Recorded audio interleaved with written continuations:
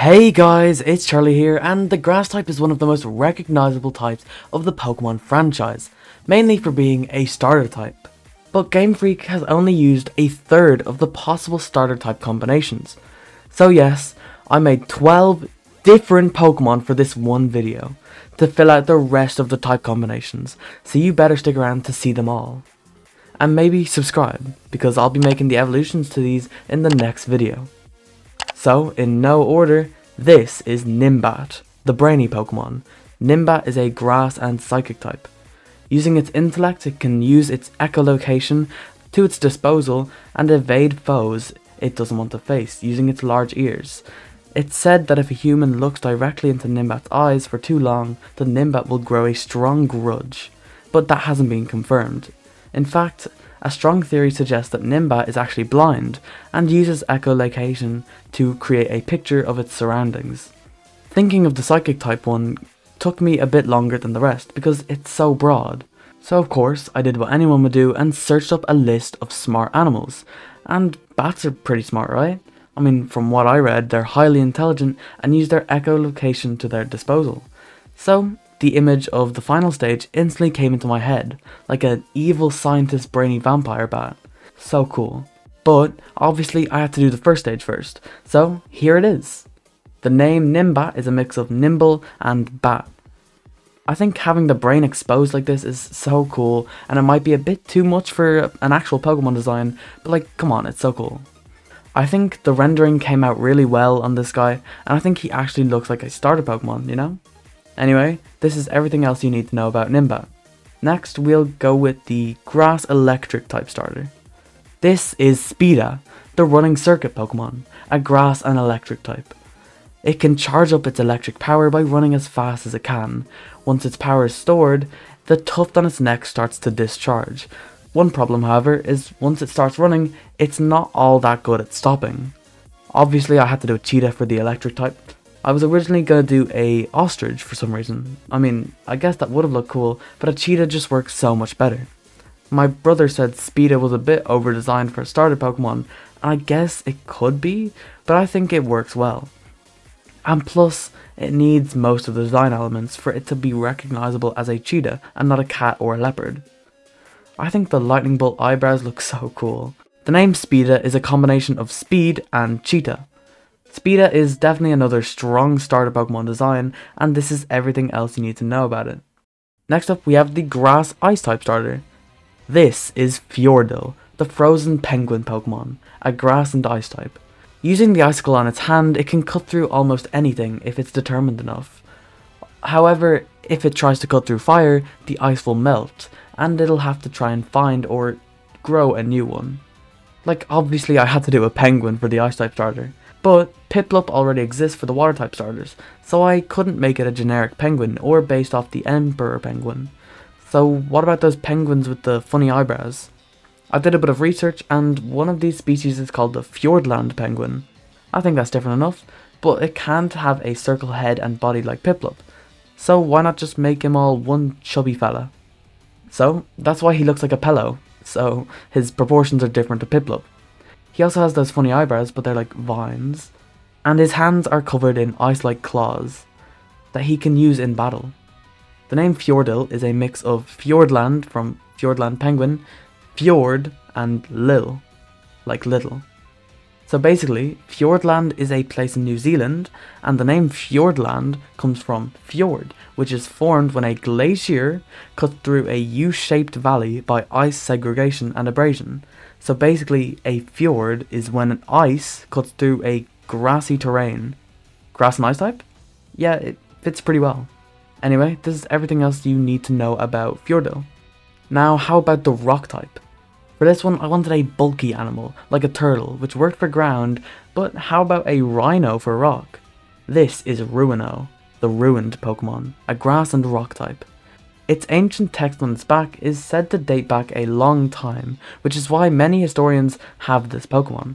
However, it isn't known if the text is even literate anymore, as Ruino inherits this text from one of its parents. To be honest, I think this is one of the most official looking of the ones I've made. A rhino is very believable for a grass starter, and combining it with this ruined structure just works so well. It has ruins on the structure on its back, which might be a bit over-designed, but I love stuff on Pokemon like this, like Golurk for example. And the name Ruino is just so clever, just adding a U to Rhino, and then it has Ruin in it. And this is everything else about Ruino. Next up, what about the coolest type? Dragon. So I was looking through all the official starters and noticed a pattern. There's a water crocodile and a fire crocodile, so obviously I had to do a grass crocodile too. And Dragon fits pretty well for a monstrous crocodile like that. So this is Crocaleaf, the grass croc Pokemon, a grass and dragon type. Crocaleaf hides in swamps covered in vines and foliage. They rarely eat meat though, and tend to prey on grass type Pokemon. I put a bit of thought into the inspiration. It's based on an ancient crocodile called the Pakasuchus. See, modern crocodiles can't chew their food, and so they rarely consume vegetation. However, the Pakasuchus has different teeth that allow them to chew their food, and so vegetation was a big part of their diet, which ties into the grass type. And also the Pakasuchus is such a strange and unique looking crocodile, and I really like it. And also, because of these different teeth, they could kind of smile, which is why Crocaleaf looks like he's kind of smiling at you. Also, the name Crocaleaf is a mix of course, crocodile and leaf. Finally, this is everything else you need to know about Crocaleaf. I also think Crocaleaf definitely could have been grass water type, but it wasn't, so let's take a look at the actual water type. I was originally going to make it an octopus, but it didn't really fit that well, so I actually researched and thought of camels. So here is Cactala, the cactus hump Pokemon, a grass and water type. Cactala stores water in its humps in its back, which strongly resemble cactuses. It utilizes this water to shoot pressurized beams at its opponents. Some people say they've seen Cactala spit out its stomach while trying to shoot water. Now, hear me out. Cactala is probably the most clever design out of all of these. It's a cactus camel that spits pressurized water. So basically, camels spit like acid stuff sometimes to attack, but they also store water in their humps, and so do cactuses. So instead of the humps of a camel, they could be cactuses that store water. And Cactala uses that water in the cactus humps to shoot pressurized water as attacks. It's a clever design and I love it. The name Cactala is a mix of cactus and dala, which means to stick out one's tongue in Arabic, but a dulla is an organ that a camel has which it sometimes spits out, which people mistake for its stomach. And a dulla is just derived from dala. So probably the best inspiration out of any of these Pokemon and one of my favorite designs. So here's everything else you need to know about it. Now let's get on to probably the strongest starter design of the video. This is Fouken, the fairy tale Pokemon, a grass and fairy type. Fouken and its evolution have been depicted in stories as cunning and manipulating, but this couldn't be farther from the truth. Fouken help out any Pokemon in need, and especially for other Fouken. Fouken is probably the most official looking starter Pokemon I've made. I absolutely love how it looks. Fouken is based off of fairy tales, and in its final evolution in particular, Little Red Riding Hood, which ties in the fairy type, because fairy tales. It also has a bow similar to Sylveon in its hair to also bring out that fairy type. The name Fouken comes from folk, like folktale or folklore, and kin, meaning someone's family or relations, also tying in how it helps other Fouken. And finally, this is everything else you need to know about Fouken. Alright, how about the steel type starter? For this one, I wanted to make an elk, and making it to do with oxidization would be cool, right? So here is Elk Copper, the oxidized Pokemon, a grass and steel type. This Pokemon has a strong defensive reputation, but if it's not taken care of regularly, it can lose its defensive capabilities, and become ill. Elk Copper is based off the elk, and in particular in its final evolution, the Irish elk, which was a huge elk which is now extinct, and also based off of copper and how it oxidizes really quickly over time. Copper is also a metal which is kind of underrepresented in Pokemon designs, and I think it's a really cool looking and functioning metal, so using it for the steel type starter works really well. Also, the name El Copper is pretty obviously from elk and copper. And this is everything else you need to know about El Copper. Now let's get on to my favourite little lad. This is Grubub, the grass-like Pokemon, a grass and bug type. Grubub uses its charms to force its opponents to lower their guards. Once they do it, it shoots string shots to immobilize them. So I just try to make the cutest general bug Pokemon I could, and honestly, I love him. The chubby cheeks, big eyes, and hands in the air just make him so cute. So Grubub isn't really based on a singular bug species, but I took inspiration from fireflies with the antennas and buttons on its chest. The name Grubub comes from grub meaning larva of an insect and bub meaning boy or buddy. And I am aware that it kinda sounds like a... But anyway, this wasn't actually the first version of the bug starter.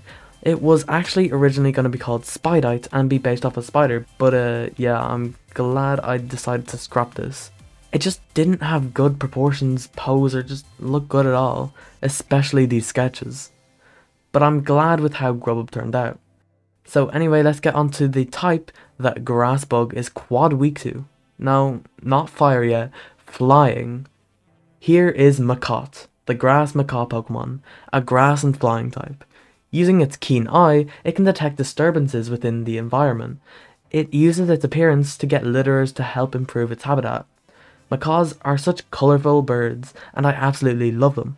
So for the flying type starter, I really wanted to represent the bright colours of macaws, and Makot is based off the great green macaw, and basically has its exact colours, green, blue and red, and I also gave it the same kind of fluff around the beak. Here's some of the sketches I had for Makot. Makot's name comes from macaw, tot meaning young, and cotyledon meaning an embryonic leaf in seed-bearing plants. Man, botany is so confusing. It just means something to do with plants, okay? I just searched up leaf synonyms. And finally, here's everything else you need to know about Makot. Now, what about the normal type? It seems like it'd be pretty boring, right? And it would have been if I went with my original idea, which was just to do a normal guinea pig.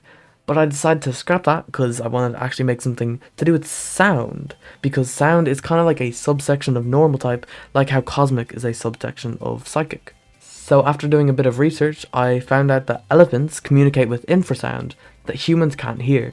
So with that, this is Elephone, the ear speaker Pokemon, a grass and normal type.